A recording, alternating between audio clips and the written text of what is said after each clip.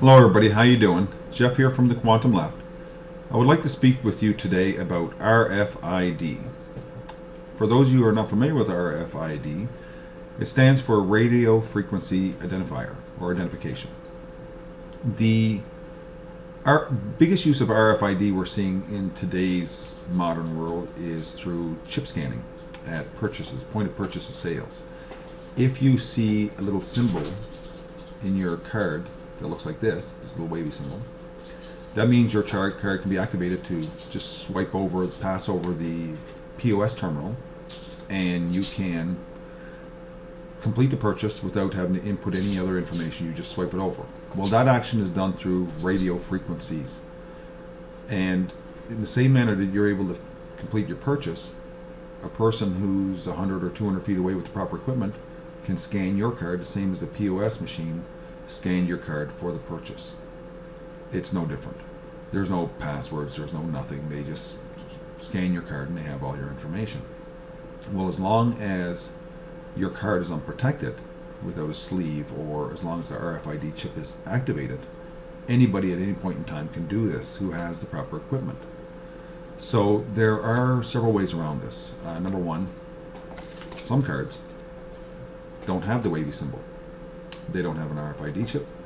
They do have an input chip, but this chip is not readable through RFID frequencies, or this card.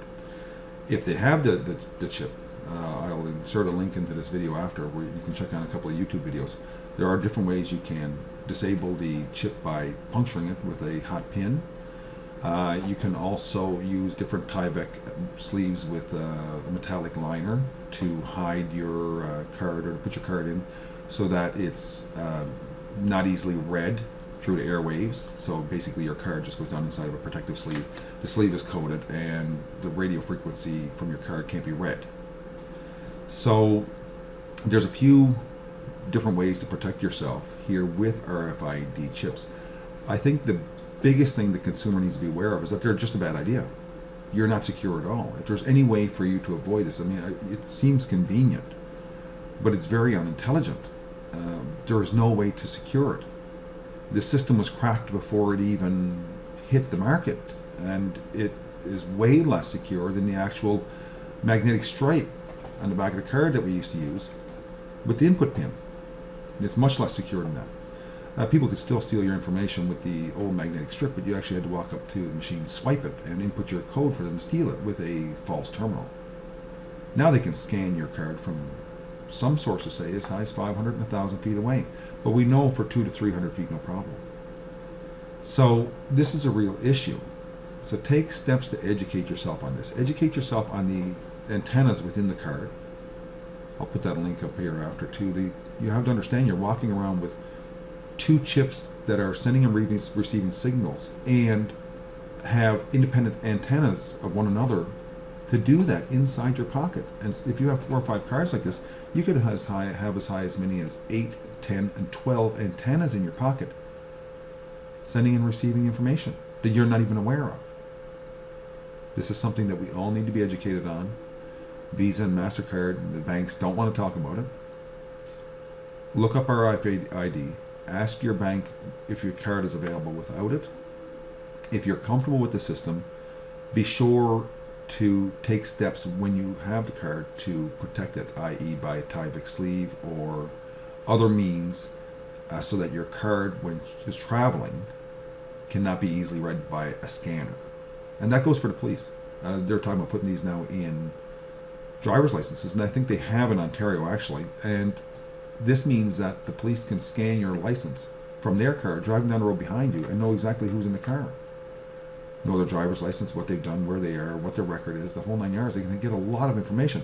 Well, this means that they can scan your car and get this information even if there's no reason for them to do it, even if there's no probable cause. We're setting up a dichotomy by where somebody who's not trustworthy with this type of technology can just drive around scanning people all day long, reading their information until they hit somebody that they feel is a good person to pull over and arrest just through random large mass searching of our information.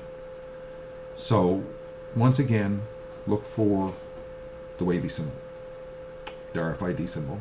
If you have this on a card, your card is not secure. Look at the Tyvek sleeves.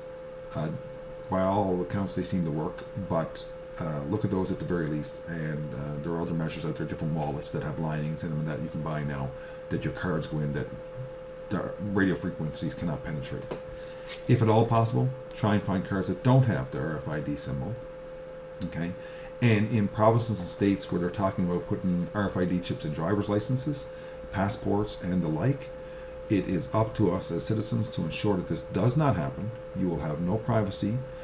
A person walking down the street in the middle of the night could read your card from the safe in your home, if it's not lead lined, or in your dresser drawer, and get your information and have it while you're sleeping comfortably in your bed, and they've never entered your home, they've never passed your security systems or waking your cat or dog, but they have your information.